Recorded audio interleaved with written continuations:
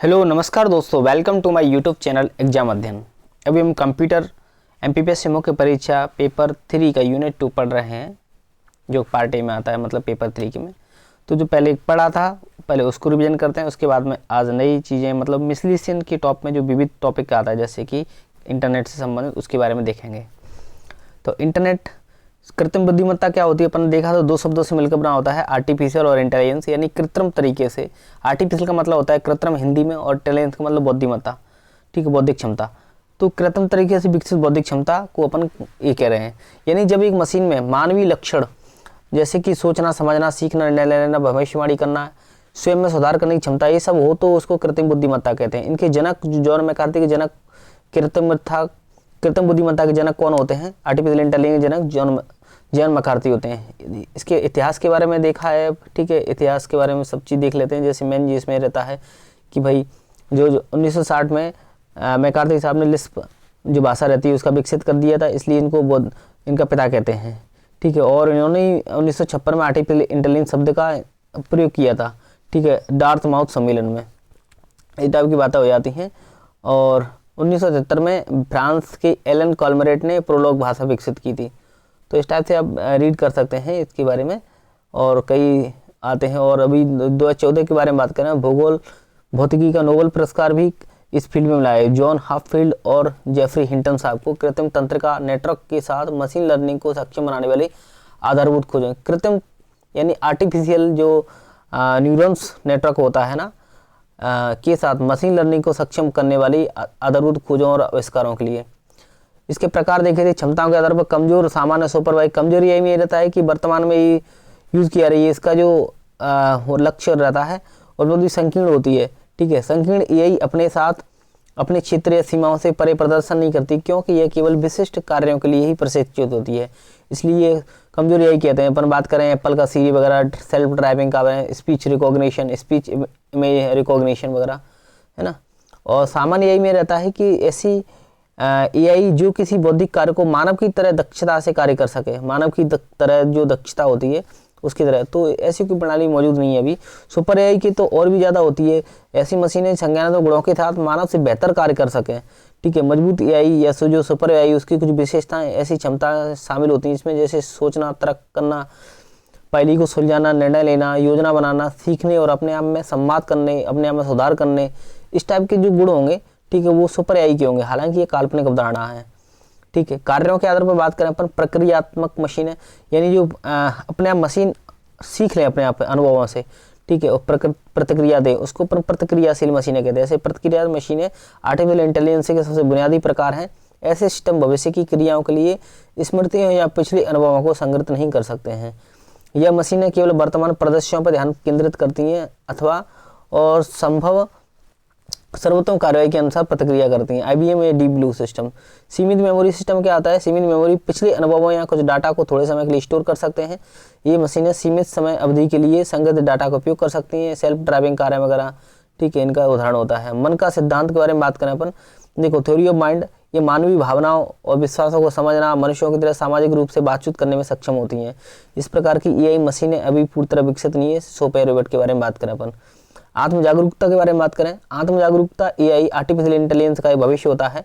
इसमें मशीनें super intelligent होंगी, उनकी अपनी चेतना, भावना और आत्म जागरूकता होंगी। ये मशीनें इंसानी दिमाग से भी ज़्यादा स्मार्ट होंगी, इनमें स्वयं का दिमाग और चेतना भी होगी। आत्म जागरूकता एआई अभी भी एक काल्पनिक अवधारणा बनी हुई है। यदि इसके लक्ष्य के बारे में देखें, एआई की मदद से आप एक ऐसे सॉफ्टवेयर या डिज़ाइन बना सकते हैं कि वास्तविक दुनिया की समस्याओं को बहुत आसानी से और सटीकता से हल किया जा सकता है। जैसे कि बात करें स्वास्थ्य के क्षेत्र में, मार्केटिंग के क्षेत्र में, ट्रैफिक वगैरह के क्षेत्र में, ठीक है। एआई की मदद से आप अपना निजी वर्चुअल असिस्टेंट बना सकते हैं, जैसे कोर्टाना हो गया, गूगल असिस्टेंट, सीरी वगैरह हो गया। एआई की मदद से आप ऐसे रोबोट बना सकते हैं जो ऐसे माहौल में काम कर सकते हैं जहाँ पे इंसान का अस्तित्व खतरे में पड़ सकता है, ठीक है। इसके विषय में शामिल जो वो हो जाते हैं गणित विज्ञान, ठीक है, मनोविज्ञान, जीव विज्ञान, समाजशास्त्र, कंप्यूटर विज्ञान, न्यूरॉन्स, ये सब शामिल हो जाते हैं। हानि यही है कि भाई उच्च लागत होती है, लीक से हटकर नहीं सोच सकते, इसमें भावनाओं का भी अभाव है, इसमें मशीन पर बढ़ती निर्भरता है, यानी बेरोजगारी भी इसका बहुत बड़ा कारण हो जाएगा, और कोई मूल रचनात्मक नहीं है। अनुप्रयोग के बारे में बात करें अपन, खगोल विज्ञान के क्षेत्र में, दवा केयर के क्षेत्र में, वित्त के क्षेत्र में, डाटा सुरक्षा के क्षेत्र में, सोशल मीडिया में, फेसबुक, व्हाट्सएप वगैरह में, यात्रा परिवहन में, ऑटोमेटिव में, उद्योग में, है ना, और मनोरंजन के क्षेत्र में, कृषि के क्षेत्र में, ठीक है, ई कॉमर्स में, अनुवाद करने में, इसके बहुत सारे एग्जाम्पल हैं। उदाहरण में देखा था कि एप्पल का सीरी 4 अक्टूबर 2011 में आया था, ठीक है, सबसे लोकप्रिय पर्सनल असिस्टेंट बन गया था। टेस्ला कार 1 जुलाई 2003 में आई थी, ठीक है। नेस्ट 2010 में आया था। गूगल नेस्ट यानी गूगल LLC का एक ब्रांड होता है जिसका उपयोग होम स्मार्ट होम उत्पादों को जैसे कि मतलब आपस में कनेक्ट कर लेते हैं। एलेक्सा होता है अमेजन के द्वारा विकसित किया हुआ एक मतलब असिस्टेंट है। मतलब गूगल मैप्स अपन सब बहुत अच्छे से यूज करते हैं। 8 फरवरी 2005 में आया था ये। गूगल द्वारा विकसित वेब मैपिंग सेवा होती है। अनुप्रयोग अभी देखे जैसे कि स्वास्थ्य देखभाल वगैरह में, व्यापार में, शिक्षा में, न्यायपालिका में, साइबर सुरक्षा में, ठीक है। इसके लाभ के बारे में बात करें भाई, सटीकता, AI एल्गोरिथम सटीकता के साथ बड़ी मात्रा में डाटा का विश्लेषण कर सकती है और त्रुटियों को कम कर सकता है और विभिन्न प्रकार के उपचार वगैरह कर सकते हैं। बेहतर निर्णय लेने की क्षमता होती है इसमें। नवाचार में वृद्धि कर सकते हैं इसमें, ठीक है। नवाचार में वृद्धि और क्या, उत्पादक में वृद्धि, निरंतर सीखने की क्षमता, अनुकूलन और अन्वेषण होता है अंतरिक्ष अनुसंधान में। कम त्रुटियों के साथ उच्च सटीकता होती है। हाई स्पीड, उच्च विश्वसनीयता, जोखिम भरे क्षेत्रों के लिए उपयोगी, डिटेल सहायक और सार्वजनिक होती है। नैतिक जाए, समझने योग्य, तर्क करने योग्य, नागरिक निगरानी और निष्पक्षता, ये सब इसके मानव केंद्रित, सुरक्षित, प्रतिलिपि सुरक्षित, ये सब इसके क्या होते हैं, नैतिक विचार होते हैं। चुनौतियां ये कि भाई नौकरी का विस्थापन, बेरोजगारी आ जाएगी। जब मशीनें ही अपना काम करने लगेंगी तो लोगों की जरूरत नहीं पड़ेगी, तो विस्थापन होने लगेगा। नैतिक चिंता है, देखो AI से नैतिक चिंताएं प्रभावित होती हैं, जैसे कि एल्गोरिथम में पूर्व की जो पूर्व संभावना होती है या स्वायत्त निर्णय लेने वाली प्रणालियों के नैतिक निहितार्थ होते हैं। डाटा उपलब्धता और गुणवत्ता पर निर्भर करता है। सुरक्षा का जोखिम भी रहता है, कोई हैकिंग वगैरह कर सकता है ना। अति निर्भरता होती है भाई, जब पूरी तरह से मशीनों पर निर्भर हो जाएंगे तो है ना, तो गलत सही इसमें लोग मतलब विश्लेषण ही नहीं कर पाएंगे, पारदर्शिता की कमी रहेगी, ठीक है।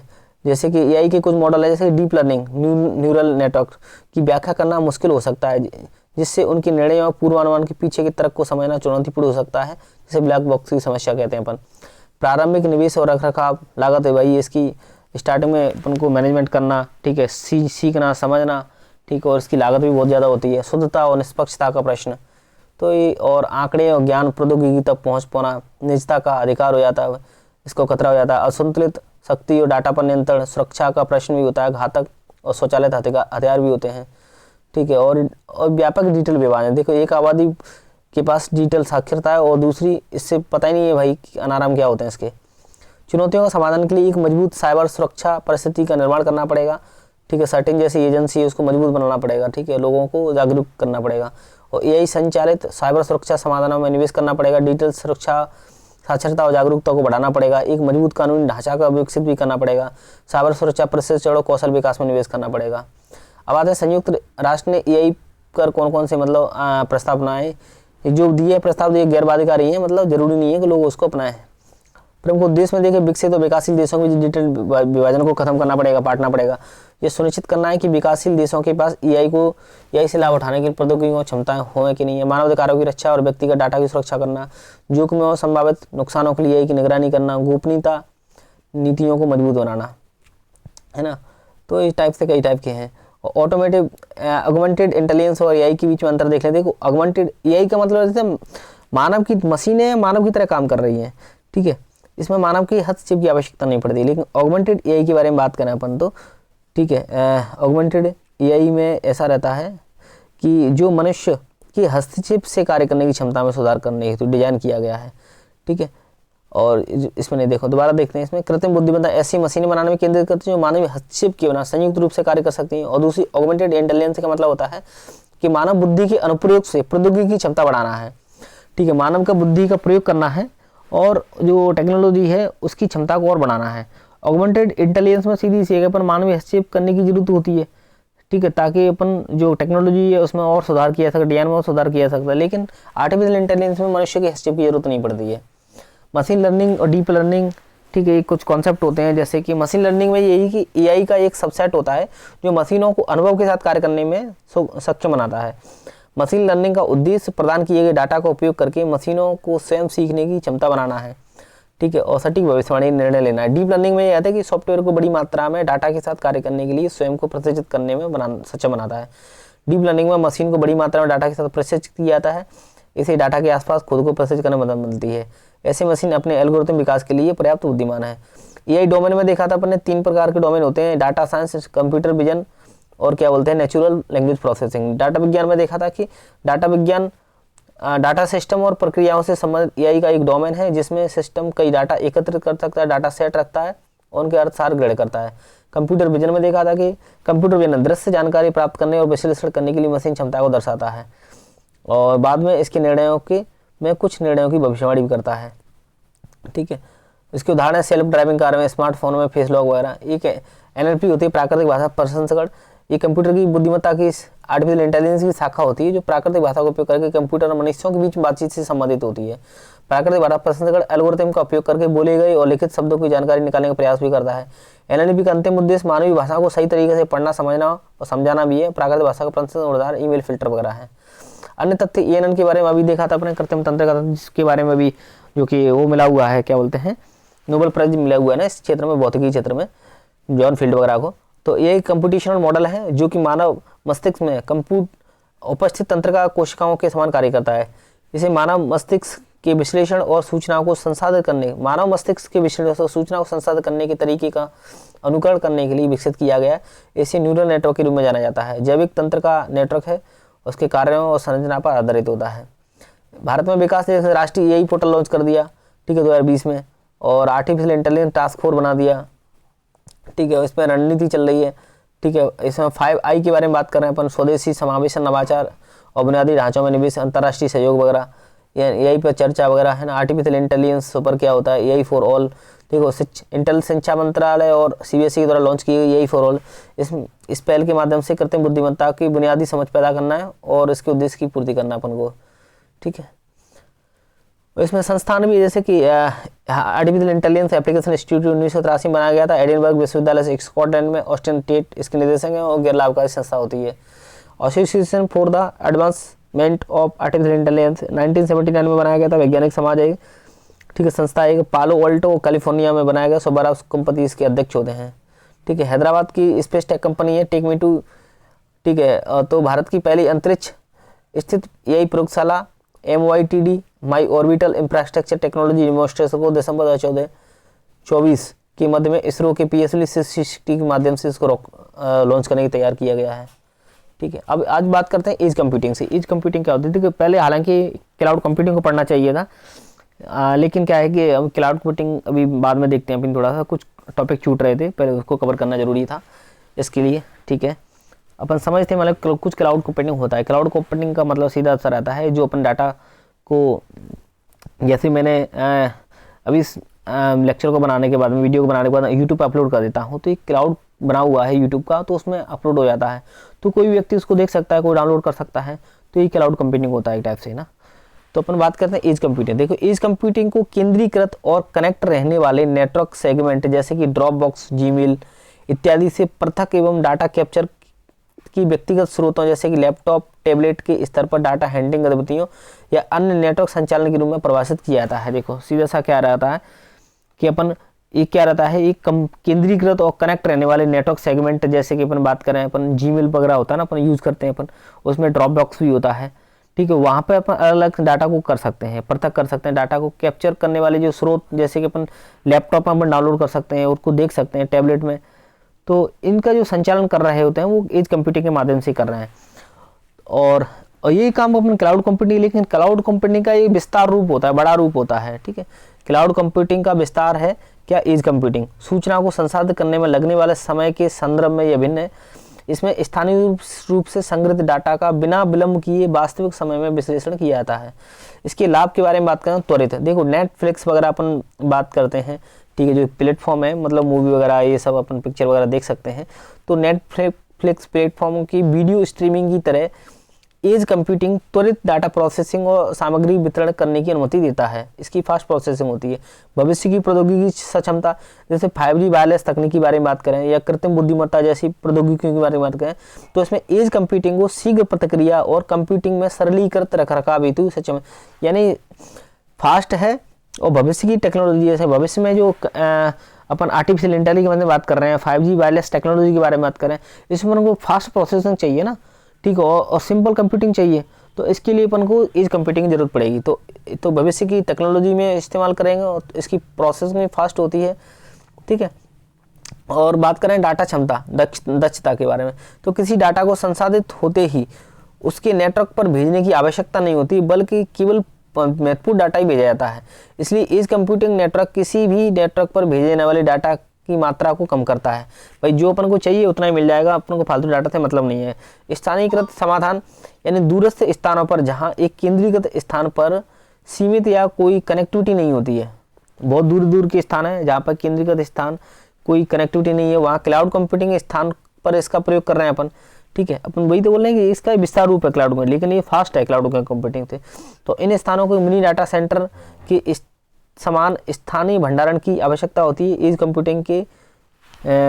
कंप्यूटिंग के जैसे ही मतलब इसकी समाधान प्रदान करता है। देखो अपन ने इसके लाभ क्या देखे भैया कि एज कंप्यूटिंग, देखो पहले तो डेफिनेशन देखी क्या होती है कि केंद्रीकृत कनेक्ट रहने वाले नेटवर्क सेगमेंट वगैरह रहते हैं, तो उनमें से अपन अलग कर लेते हैं और डाटा कैप्चर करने वाली जो गतिविधियाँ उनको संचालन करने के लिए इसका प्रयोग किया जाता है। ये क्या होता है, क्लाउड कंप्यूटिंग का विस्तारित रूप होता है। इसमें अपन डेटा को मतलब बहुत जल्दी से कैप्चर कर लेते हैं, ठीक है। और इसके लाभ के बारे में देखें, त्वरित, ठीक है। इसमें जो नेटफ्लिक्स प्लेटफॉर्म वगैरह रहते हैं ना, इसमें वीडियो स्ट्रीमिंग वगैरह आती है, तो एज कंप्यूटिंग त्वरित तरीका से, बहुत फास्ट तरीका से डाटा को प्रोसेस कर देती है इसमें। और बात करें भविष्य की टेक्नोलॉजी के लिए सक्षमता, जैसे 5G टेक्नोलॉजी बारे में, आर्टिफिशियल इंटेलिजेंस में अपन को डाटा को प्रोसेस बहुत जल्दी करना है, ठीक है। और कंप्यूटरीकरण जो प्रोसेस होती है वो भी सिंपल रखना है, इसलिए इसका इस्तेमाल किया। डाटा क्षमता, देखो मैंने तो बहुत सारी चीज़ अपलोड कर दी, लेकिन मुझे क्या चाहिए, किसी और को क्या चाहिए, उतना ही महत्वपूर्ण डाटा अपन को चाहिए, तो एज कंप्यूटिंग के माध्यम से उसको अपन निकाल सकते हैं, ठीक है। डाटा की मात्रा को कम कर देता है, यानी किसी डाटा को संसाधित होते ही उसके नेटवर्क पर भेजने की आवश्यकता नहीं होती, बल्कि केवल महत्वपूर्ण डाटा ही भेजा जाता है। इसलिए एज कंप्यूटिंग नेटवर्क किसी भी नेटवर्क पर भेजे जाने वाले डाटा की मात्रा को कम करता है। स्थानीय समाधान, देखो दूरस्थ स्थान होते हैं जहाँ पर केंद्रीकृत स्थान पर कोई सीमित या कोई कनेक्टिविटी नहीं होती, वहाँ क्लाउड कंप्यूटिंग के स्थान पर इसका प्रयोग कर सकते हैं अपन। इन स्थानों को मिनी डाटा सेंटर के समान स्थानीय भंडारण की आवश्यकता होती है। एज कंप्यूटिंग इसका समाधान। नेट न्यूट्रलिटी क्या होती है, बहुत इंपॉर्टेंट कंसेप्ट होते हैं। देखो इसका सिद्धांत मानना होता है कि इंटरनेट सेवा प्रदाता होते हैं जो ISP होते हैं, इंटरनेट सर्विस प्रोवाइडर, इनको सभी इंटरनेट गतिविधियों के साथ एक समान रूप से व्यवहार करना चाहिए, ठीक है। जो ISP रहते हैं उनको एक समान रूप से सभी गतिविधियों के लिए व्यवहार करना चाहिए कि इंटरनेट सेवा प्रदाता या कंपनी जो होती हैं उनको किसी विशिष्ट डाटा के लिए अलग अलग कीमतें नहीं लेना चाहिए, चाहे वो डाटा भिन्न वेबसाइटों को विजिट करने के लिए हो या फिर अन्य सेवाओं के लिए हो। तो नेट न्यूट्रलिटी का सिद्धांत यही स्वीकार किया गया है, यह भी स्वीकार करता है कि इंटरनेट सेवा प्रदाताओं द्वारा इंटरनेट उपयोगकर्ताओं के साथ किसी प्रकार का भेदभाव न करते हुए इंटरनेट पर उपलब्ध सभी सामग्री तक पहुंच बनाने में सक्षम बनाना चाहिए। यानी नेट न्यूट्रल का मतलब रहता है भाई किसी प्रकार का भेदभाव नहीं, positive negative same equal to, ठीक है। तो नेट न्यूट्रलिटी का सिद्धांत यही कह रहा था कि इंटरनेट सेवा प्रदाता जो इंटरनेट प्रोवाइड करा रहे हैं, ठीक है, उसकी गतिविधि में समान रूप से व्यवहार करना चाहिए, ठीक है। जो कीमतें वगैरह हैं, चाहे कोई भाई उसको क्या मतलब, कीमतें तो उसकी फिक्स होनी चाहिए, चाहे यूजर्स है किसी वेबसाइट पे किसी भी तरह की वेबसाइट खोल रहा है, चाहे कुछ भी कर रहा है, यूट्यूब चला रहा है या फिर आधार कार्ड बना रहा है, ठीक है, या फिर कोई मतलब रिसर्च से संबंधित काम कर रहा है, ठीक है, या फिर किसी डेटा से अकाउंटिंग से संबंधित काम करता है, उससे कोई मतलब नहीं, उसको एक जैसी कीमतें के बारे में बात करनी है, अलग अलग कीमतें नहीं लेना है। तो इंटरनेट सेवा प्रदाताओं के द्वारा इंटरनेट उपयोगकर्ता किसी प्रकार का भेदभाव न करते हुए इंटरनेट पर उपलब्ध सभी सामग्री तक पहुंच भी बनाना चाहिए, ठीक है। इसके पक्ष में तर्क क्या है, देखो नेट न्यूट्रलिटी का सिद्धांत इंटरनेट की दुनिया को अधिक लोकतांत्रिक बनाता है। यह सिद्धांत किसी आधिकारिक आदेश के बिना टेलीकॉम प्रदाताओं या इंटरनेट सेवा प्रदाताओं को अपनी इच्छा के मुताबिक इंटरनेट पर मौजूद सामग्री या वेबसाइटों को रोकने, उसे नियंत्रित करने, फिल्टर करने, ब्लॉक करने से रोकता है, ठीक है। यह सूचना प्रौद्योगिकी क्षेत्र की सबसे बड़ी और छोटी कंपनियों को एक समान अवसर प्रदान करता है, कुछ चुनिंदा कंपनियों को इंटरनेट पर नियंत्रित स्थापित करने से रोकता है। इसकी विपक्ष में तर्क क्या है कि देखो फेसबुक जैसी सोशल मीडिया कंपनियों ने नेट न्यूट्रलिटी सिद्धांत का विरोध किया है। नेट न्यूट्रलिटी या इंटरनेट तटस्थता का सिद्धांत इंटरनेट पर नवाचार को प्रभावित करता है। इसके अलावा यह सिद्धांत इंटरनेट सेवा प्रदाताओं को ब्रॉडबैंड सेवाओं में निवेश करने से नहीं रोकता है। यह सिद्धांत इंटरनेट के क्षेत्र में प्रतिस्पर्धा को समाप्त कर देता है, इसके तहत, क्योंकि इसके तहत डाटा पैकेट को एक समान माना जाता है। अब बात करते हैं इंटरनेट बैंकिंग, बहुत इंपॉर्टेंट कॉन्सेप्ट है। देखो इंटरनेट बैंकिंग के बारे में बात करें, युवा प्रणाली है जो ग्राहक को उसकी नेट बैंकिंग होती है, ठीक है, अकाउंट से वित्तीय और गैर वित्तीय ट्रांजेक्शन करने की सुविधा देता है। देखो अपन आज आए दिन हर व्यक्ति आजकल इंटरनेट बैंकिंग, फोन पे, गूगल पे, इन सब का यूज़ करता है। तो उसी के बारे में बात कर रहे हैं। देखो उसमें क्या रहता है कि जो इंटरनेट बैंकिंग से प्रणाली है, बैंकिंग से संबंधित है। जो ग्राहक रहता है उसको नेट बैंकिंग अकाउंट से संबंधित जो वित्तीय होती है या गैर वित्तीय ट्रांजैक्शन की सुविधा आपको प्रदान करता है। जो बैंक खाता धारक होता है इंटरनेट पर जाकर net banking account, RTGS, NEFT, ठीक है, आदि का उपयोग करके राशि को ट्रांसफर कर सकता है, अपने अकाउंट का बैलेंस चेक कर सकता है। ठीक है, ये सब इंटरनेट बैंकिंग के माध्यम से फैसिलिटी रहती है। इसकी विशेषता देख लेते हैं, यही चीज़ें होती हैं। देखो इसका इंटरनेट बैंकिंग की सुविधा का उपयोग करके ग्राहक ट्रांजैक्शन कर सकता है, गैर ट्रांजैक्शन संबंधी कार्य कर सकता है। ठीक है, जो भी इसमें शामिल होता है। और ग्राहक अपना अकाउंट स्टेटमेंट देख सकता है। भाई जरूरी नहीं है कि अपन को बैंक पासबुक है उसको प्रिंट कराने की आवश्यकता है आजकल। तो इंटरनेट बैंकिंग के माध्यम से आराम से सारा जितना भी टाइम का अकाउंट स्टेटमेंट चाहिए वो सब देख सकता है। ग्राहक संबंधित बैंक द्वारा किसी निश्चित अवधि में हुए ट्रांजैक्शन की जानकारी भी जान सकता है। बैंक स्टेटमेंट, विभिन्न प्रकार के फॉर्म, एप्लीकेशन डाउनलोड कर सकता है। ठीक है, एटीएम के लिए मतलब अप्लाई कर सकता है, चेक बुक के लिए अप्लाई कर सकता है, बिलों का भुगतान कर सकता है, मोबाइल डीटीएच कनेक्शन इत्यादि का रिचार्ज कर सकता है, फंड ट्रांसफर कर सकता है। इनकी विशेषता होती हैं। ठीक है, और यदि इंटरनेट की बैंकिंग के लाभ के बारे में बात करें, वही चीज़ है भाई अपन को बैंक जाने की जरूरत ही नहीं है। ठीक है, सुरक्षित ट्रांजेक्शन होता है, तुरंत ट्रांजेक्शन होता है। ठीक है, ग्राहक को कभी भी कहीं भी उनकी बैंक में स्थायी पहुंच प्राप्त होती है, तत्काल फंड ट्रांसफर होता है। ठीक है, और एक ग्राहक का एक मूल्यवान समय बच जाता है। देखो दोबारा से बात करें अपन इंटरनेट बैंकिंग को, होती क्या, ये बैंकिंग प्रणाली है जो ग्राहक को उसके नेट बैंकिंग अकाउंट से वित्तीय और गैर वित्तीय ट्रांजेक्शन करने की सुविधा देती है, जिसमें बैंक धारा अपने नेट बैंकिंग पर जाकर के बैंक अकाउंटिंग, आरटीजीएस, नेफ्ट, ठीक है, अपने राशि को ट्रांसफर कर सकता है, बैंक अकाउंट बैलेंस चेक कर सकता है। विशेषताओं के बारे में बात करें अपन, तो इस सुविधा का उपयोग करके ग्राहक ट्रांजैक्शन और गैर ट्रांजैक्शन संबंधी कार्य कर सकता है, अपना अकाउंट स्टेटमेंट दे सकता है, कई प्रकार के जानकारी, एक निश्चित टाइम के लिए भी ट्रांजैक्शन चेक कर सकता है, स्टेटमेंट चेक कर सकता है, विभिन्न प्रकार के फॉर्म, एप्लीकेशन है ना, ऐसे कि उसको चेक के लिए अप्लाई करना वो कर सकता है। वो यदि उसको एटीएम के लिए अप्लाई करना तो वो कर सकता है, यदि उसको क्रेडिट कार्ड के लिए अप्लाई करना वो कर सकता है। तो ग्राहक और है ना लोन वगैरह भर सकता है, वहीं से सब चीज़ें होती हैं। ठीक है, मोबाइल का रिचार्ज कर सकता है, डीटीएच का कनेक्शन कर सकता है, भुगतान कर सकता है। ठीक है, रेलवे टिकट वगैरह ये सब कर सकता है। यहाँ से सारी फैसिलिटी उपलब्ध होती हैं। लाभ यही है कि भाई उसको मूल्यवान समय बचता है, उसको बैंक जाने की जरूरत नहीं होती, सारी बैंक उसके मोबाइल में एक में रहती है।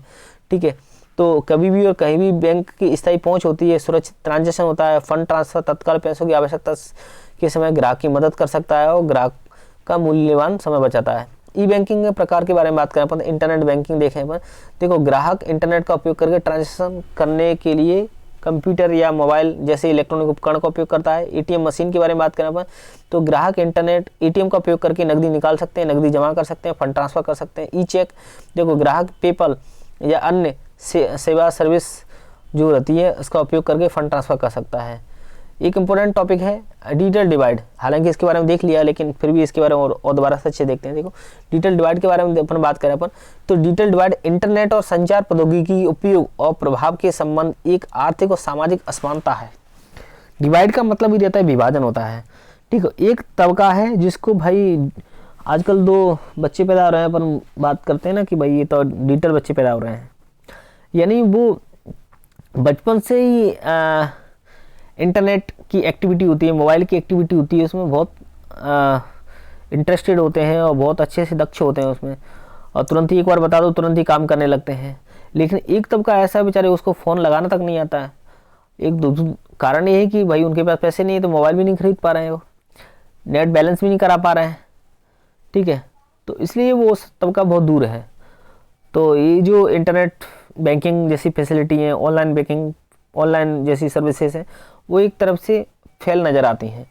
तो आइए इसके बारे में देखते हैं कि डिजिटल डिवाइड इंटरनेट और संचार प्रौद्योगिकियों के उपयोग और प्रभाव के प्रबंध में एक आर्थिक सामाजिक असमानता है। यह आमतौर पर इंटरनेट और संचार प्रौद्योगिकियों के उपयोग को लेकर विभिन्न सामाजिक आर्थिक स्तरों या अन्य जनसांख्यिकी श्रेणियों में व्यक्तियों, घरों, व्यवसायों, भौगोलिक क्षेत्रों की असमानता को उल्लेख करता है। दुनिया के विभिन्न देशों या क्षेत्रों के बीच विभाजन को वैश्विक डिजिटल विभाजन के रूप में जाना जाता है, जो अंतर्राष्ट्रीय स्तर पर विकासशील और विकसित देशों के बीच तकनीकी का विभेद का उल्लेख करता है। देखो इसके प्रयास के लिए किए गए कि भारत नेट कार्यक्रम का शुरुआत की गई है। इस परियोजना का उद्देश्य राज्यों और निजी क्षेत्र की हिस्सेदारी से जो ग्रामीण और दूर दराज के क्षेत्र होते हैं, नागरिकों और संस्थाओं को सुलभ ब्रॉडबैंड ब्रॉडबैंड सुविधा उपलब्ध कराई है। भारत नेट योजना के तहत 2.5 लाख से अधिक ग्राम पंचायतों को ऑप्टिकल फाइबर के जरिए हाई स्पीड ब्रॉडबैंड किफायती दरों पर उपलब्ध कराया जाना है। इसके तहत ब्रॉडबैंड की गति 2 Mbps से 20 Mbps तक रखी गई है। इस परियोजना का वित्त पोषण यूनिवर्सल सर्विस ऑब्लिगेशन फंड द्वारा किया जाता है। देखो, यूनिवर्सल सर्विस ऑब्लिगेशन फंड ये क्या रहता है, एक इंटरनेशनल संस्था होती है जो कि ऐसी बात करूँगा अभी मैं वर्तमान में BSNL के बारे में बात करें। 4G सैचुरेशन नाम का प्रोजेक्ट चल रहा है और ये भारत नेट परियोजना है, BSNL के द्वारा ही पूरी की गई है। ठीक है, जिसमें कि हर एक ग्रामीण एक BBNL करके अलग से इसमें ब्रांच बना दी गई थी, भारत ब्रॉडबैंड नेटवर्क। ठीक है, तो उसका कार्य था कि हर एक जो ग्राम पंचायत है उसको मुख्य जो शहर था वहाँ से अपन को जोड़ना था। तो ग्राम पंचायतों को जोड़ा ऐसे कि मैं जहाँ पर रहता हूँ उसमें 56 पंचायत हैं, तो 56 पंचायतों को अपन ने जोड़ दिया है। ठीक है, वहाँ पर पंचायतों पर नेट उपलब्ध कराना है, वहाँ के गांव के लोगों को उपलब्ध कराना है। अब मैं बात कर रहा हूँ यूनिवर्सल सर्विस ऑब्लिगेशन फंड के बारे में मुख्यतः। ये क्या रहता है, एक इंटरनेशनल लेवल पर एक संस्था होती है जो कि उन जगहों पर फंड प्रोवाइड कराती है। उन जगह जैसे भारत एक कैसे विकासशील देशों में आता है, भाई अभी इसका विकास हो ही रहा है इसका। ठीक है, गरीब कंट्री में ही आता है, मतलब एक टाइप से बात करें तो अपन। तो यहाँ पर ऐसे मैंने प्रैक्टिकल रूप से देखा हुआ है कि बहुत सारे ऐसे गांव वगैरह हैं जहाँ पर नेटवर्क बिल्कुल ही नहीं, किसी भी कंपनी की नहीं है। तो वहाँ पर यूनिवर्सल सर्विस ऑब्लिगेशन फंड के द्वारा 1.62 लाख करोड़ रुपए का फंड दिया गया था 2020-21 के टाइम पर, और बोला गया था कि आपको ऐसे गाँव में और चुना गए थे गाँव वो, और ऐसी जगह पर नेटवर्क लगाना जहाँ पे आपका नेटवर्क नहीं है। हालांकि सर्वे किया गया तो ये वाकई में माना गया था, और मैं भी अचंभा रह गया था कि भाई आज भी ऐसे ऐसे गांव है जहाँ पर नेटवर्क बिल्कुल नहीं है, बिजली की सुविधा तो नहीं है, रोड की सुविधा नहीं है। तो फिर मेन बात कर रहे हैं अपन किसके बारे में, संचार की सुविधा के बारे में। तो वहाँ पर 4G के नेटवर्क लगाए गए हैं टावर, और क्या बोलते हैं, संचार की सुविधा चालू कर दी गई है। तो यूनिवर्सल सर्विस ऑब्लिगेशन फंड के माध्यम से फंड प्रोवाइड कराया जाता है। देखो, बात करते हैं भारत नेट कार्यक्रम के बारे में दोबारा से। इस परियोजना का उद्देश्य है कि राज्यों, निजी क्षेत्र की हिस्सेदारी से ग्रामीण और दूर दराज से जो क्षेत्र होते हैं, नागरिकों एवं संस्थाओं को सुलभ ब्रॉडबैंड उपलब्ध कराना है। भारत नेट योजना के तहत 2.5 लाख से अधिक ग्राम पंचायतों को ऑप्टिकल फाइबर के जरिए हाई स्पीड एक किफायती दर से इंटरनेट उपलब्ध कराना है, और इसकी गति 2 Mbps से 20 Mbps तक निर्धारित करने का लक्ष्य रखा गया है। इस परियोजना का वित्त पोषण यूनिवर्सल सर्विस ऑब्लिगेशन फंड द्वारा किया गया था। इसके तहत स्कूल, स्वास्थ्य केंद्रों और कौशल विकास केंद्रों में इंटरनेट कनेक्शन निःशुल्क प्रदान किया जाएगा। स्कूल, स्वास्थ्य केंद्रों, कौशल विकास केंद्रों में। ठीक है, राष्ट्रीय डिजिटल साक्षरता मिशन के बारे में बात करें अपन। राष्ट्रीय डिजिटल साक्षरता मिशन, इसकी शुरुआत वर्ष 2020 तक भारत के प्रत्येक घर में कम से कम एक व्यक्ति को डिजिटल साक्षर बनाने के उद्देश्य से की गई थी। इस परियोजना का उद्देश्य तकनीकी दृष्टि से निरक्षर वयस्कों की मदद करना है, ताकि वे भी तेजी से डिजिटल होती दुनिया को अपना स्थान खोज सकें। राष्ट्रीय डिजिटल संचार नीति 2018 के बारे में बात करें, प्रत्येक नागरिक को 50 Mbps की गति से सार्वभौमिक ब्रॉडबैंड कनेक्टिविटी प्रदान करना है। सभी ग्राम पंचायतों को 2020 तक 1 Gbps और 2022 तक 10 Gbps की कनेक्टिविटी प्रदान करना है। राष्ट्रीय फाइबर प्राधिकरण बना करके राष्ट्रीय डिजिटल ग्रिड की स्थापना करना है। ठीक है, नोफन करके है जो एजेंसी है, नेशनल ऑप्टिकल फाइबर नेटवर्क। ठीक है, ये मतलब भारत नेट, नोफन का नाम चेंज करके भारत नेट बना दिया था हालांकि। ठीक है, जो कांग्रेस के टाइम था, ठीक है, यूपीए के टाइम पे नोफन नाम की एजेंसी थी। नोफन, और जैसे इंडिया आती है उसको नोफन नाम, भारत नेट नाम दे देते हैं, काम वही रहता है। ठीक है, नाम चेंज कर दिया था। राष्ट्रीय फाइबर प्राधिकरण बनाकर राष्ट्रीय डिजिटल ग्रिड की स्थापना करना है। ऐसे चित्र जिन्हें अभी तक कवर नहीं किया गया है, इसके लिए कनेक्टिविटी सुनिश्चित करना है। अभी जो मैं बात कर रहा 4G सैचुरेशन के लिए, डिजिटल संचार क्षेत्र के लिए $100 बिलियन का निवेश आकर्षित करना है। इंटरनेट ऑफ थिंग्स परितंत्र का विस्तार आपस में जुड़े 5 बिलियन उपकरणों तक करना है। व्यक्ति की निजता, स्वायत्तता और पसंद को सुरक्षित रखने वाले डिजिटल संचार के लिए करना है। व्यापक डेटा संरक्षण व्यवस्था का निर्माण करना है। वैश्विक डिजिटल अर्थव्यवस्था में भारत की सक्रिय भागीदारी हेतु सहायता देना है। डिजिटल साक्षरता के बारे में बात करें, ठीक है, डिजिटल साक्षरता का आशय उन तमाम तरह के कौशलों के एक समूह से है। साक्षरता का आशय उन तमाम तरह के कौशलों के समूह से जो इंटरनेट का प्रयोग करने और डिजिटल दुनिया के अनुकूल बनाने के लिए आवश्यक होता है। कार्यक्रम के बारे में बात करें अपन 15 में लॉन्च किया गया था, और इस कार्यक्रम को कई महत्वपूर्ण सरकारी योजनाओं जैसे Bharat net, make in India, startup India, start है ना, और औद्योगिक गलियारों आदि के लिए समर्थन बनाया गया था। Stand up India, startup India, ठीक है, डिजिटल इंडिया का कार्यक्रम। दृष्टि क्षेत्र के बारे में बात करें, प्रत्येक नागरिक के लिए इंफ्रास्ट्रक्चर की उपयोगिता के रूप में मांग पर शासन सेवाएं और नागरिक का डिजिटल सशक्तिकरण करना है। इसके 9 स्तंभ है, जैसे कि ब्रॉडबैंड हाईवे, मोबाइल कनेक्टिविटी तक सार्वभौमिक पहुंच बनाना है, पब्लिक इंटरनेट एक्सेस कार्यक्रम करना है, और ई गवर्नेंस, जैसे कि अपन ने बहुत अच्छे से देखा हुआ है इस टॉपिक को, प्रौद्योगिकी के माध्यम से सरकार में सुधार करना है।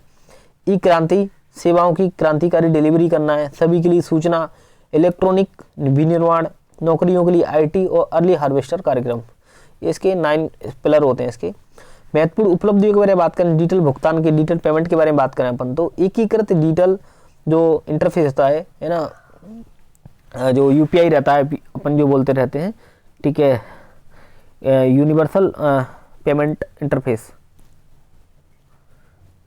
तो इसकी शुरुआत में देश के हर हिस्से में डिजिटल भुगतान के लाभों को शुरुआत की, यानी हर व्यक्ति फ़ोन पे, गूगल पे के बारे में जान गए और अच्छे से यूज करता है। भुगतान और लेनदेन के मामले में UPI समृद्ध व्यवसायियों से लेकर के मामूली रेहड़ी पटरी वालों तक भी ये क्या बोलते हैं, मदद कर रहा है। यह कई निजी अभिकर्ताओं को डिजिटल भुगतान का विकल्प प्रदान करने के लिए प्रोत्साहित करता है, जिससे भारतीय अर्थव्यवस्था को पूरी तरह से बदल दिया गया। व्यवसायों के संचालन को आसान बनाना, देखो इलेक्ट्रॉनिक ग्राहक पहचान प्रणाली EKYC जो रहती है, ठीक है, नो योर कस्टमर, तो और जैसे कि व्यवसायों के संचालन को आसान, जैसे कि इलेक्ट्रॉनिक ग्राहक पहचान प्रणाली के बारे में बात करें, या फिर दस्तावेज जो भंडार प्रणाली अपनी डिजी लॉकर, या फिर अपना ई-साइन जो इलेक्ट्रॉनिक हस्ताक्षर प्रणाली है, उनके संचालन को सुव्यवस्थित करने में मदद करने में इसको पेश किया गया है। जन ट्रिनिटी, देखो सिस्टम में खामियों को दूर करने हेतु जन धन, आधार और मोबाइल ट्रिनिटी को एक सरल कदम के रूप में पेश किया गया है।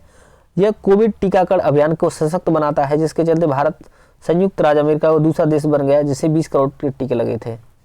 अपन डिजिटलीकरण में इंटरनेट का महत्व देख रहे हैं। देखो सूचना तक आसान पहुंच के कारण आम लोग अपने अधिकारों के प्रति जागरूक हुए हैं।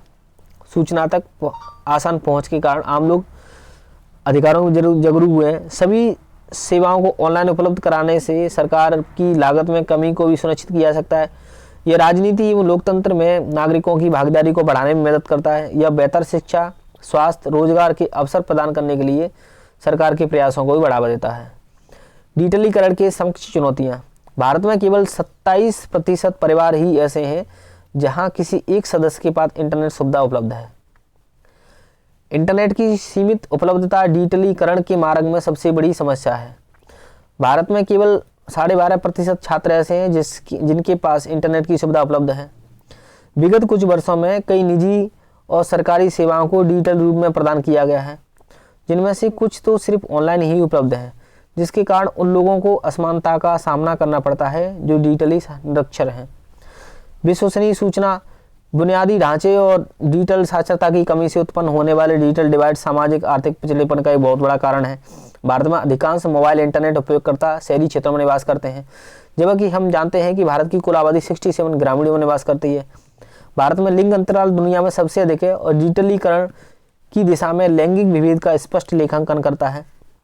16 के मध्य में जारी एक रिपोर्ट में सामने आया था कि भारत में डिजिटल साक्षरता की दर 10% से भी कम है। डिजिटलीकरण के प्रसार के समक्ष हालांकि अब तो ज़्यादा हो गई है, अन्य सबसे बड़ी अवसंरचना की कमी भी है। अब इनकी डिजिटल इंडिया कार्यक्रम की विभिन्न योजनाओं पर प्रकाश डालते हैं, अपन बात करते हैं। हालांकि इनके बारे में पढ़ चुके हैं, ऑलरेडी एक बार दोबारा से देख लेते हैं। दीक्षा के बारे में पढ़ा था अपन ने कि ये संक्षिप्त रूप का नॉलेज शेयरिंग के लिए डिजिटल इंफ्रास्ट्रक्चर है। नॉलेज शेयरिंग के लिए डिजिटल, यह शिक्षकों के लिए राष्ट्रीय डिजिटल अवसंरचना के रूप में कार्य करता है और देश भर के सभी शिक्षक उन्नत डिजिटल तकनीक से लैस हों। ई नाम के बारे में बात करें, 14 अप्रैल 2016 को राज्य में कृषि उपज बाजार समितियां होती हैं, APMC रहती है ना, उनको जोड़ने वाली अखिल भारतीय इलेक्ट्रॉनिक बाजार पोर्टल के रूप में लॉन्च किया गया था। ई संजीवनी के बारे में बात करें, यह स्वास्थ्य और परिवार कल्याण मंत्रालय की टेलीमेडिसिन सेवा मंच है। डिजी बुनाई, यह बुनकरों को डिजिटल कलाकृति बनाने, करघे में लोड की जाने वाली साड़ी को डिजाइन करने में सहायता करता है। डिजी बुनाई जैक्वार्ड, ठीक है, और डॉबी वीविंग के लिए ये अपना ओपन सोर्स सॉफ्टवेयर है। प्रधानमंत्री स्वनिधि योजना, यह केंद्रीय आवास एवं शहरी विकास मंत्रालय प्रधानमंत्री द्वारा छोटे दुकानदारों फेरी वालों को आर्थिक सहयोग प्रदान करने हेतु प्रधानमंत्री स्ट्रीट वेंडर आत्मनिर्भर निधि और प्रधानमंत्री स्वनिधि योजना की शुरुआत की गई थी। यह सड़क पर सामान विक्रेताओं के माध्यम से डिजिटल लेनदेन को प्रदान करती है। कोविड-19 के दौरान संपर्क अनुरेखण ऐप, आरोग्य ऐप, ये सब शुरुआत किए गए थे। ठीक है, तो यहाँ तक ये खत्म हो जाता है जो मिसलेनियस टाइप का टॉपिक था। यदि अभी कितना टाइम हुआ है, 35 मिनट हुआ है। चलो ठीक है, आगे देखा जाएगा जो साइबर सुरक्षा से संबंधित बातें होंगी। ठीक है, ये भी बड़ा टॉपिक है, तो आज तक यहीं पे रहते हैं। तो ये जो विविध टाइप का टॉपिक रहता है, जैसे कि अपन बात करें डिजिटल डिवाइड क्या होता है, नेट न्यूट्रलिटी क्या होती है, ठीक है, डिजिटल साक्षरता क्या होती है, इसके लाभ हानि क्या है, कार्यक्रम कौन कौन से हैं इसमें, भारत नेट क्या होता है इसमें, इंटरनेट बैंकिंग क्या होती है, लाभ हानि विशेषता क्या है इसके बारे में, ठीक है, और एज कंप्यूटिंग क्या होती है, इन सब के बारे में अपन ने पढ़ा था। तो आई होप आप हमारे चैनल को विजिट करते होंगे, देखते होंगे। Thank you. जय हिंद, जय भारत।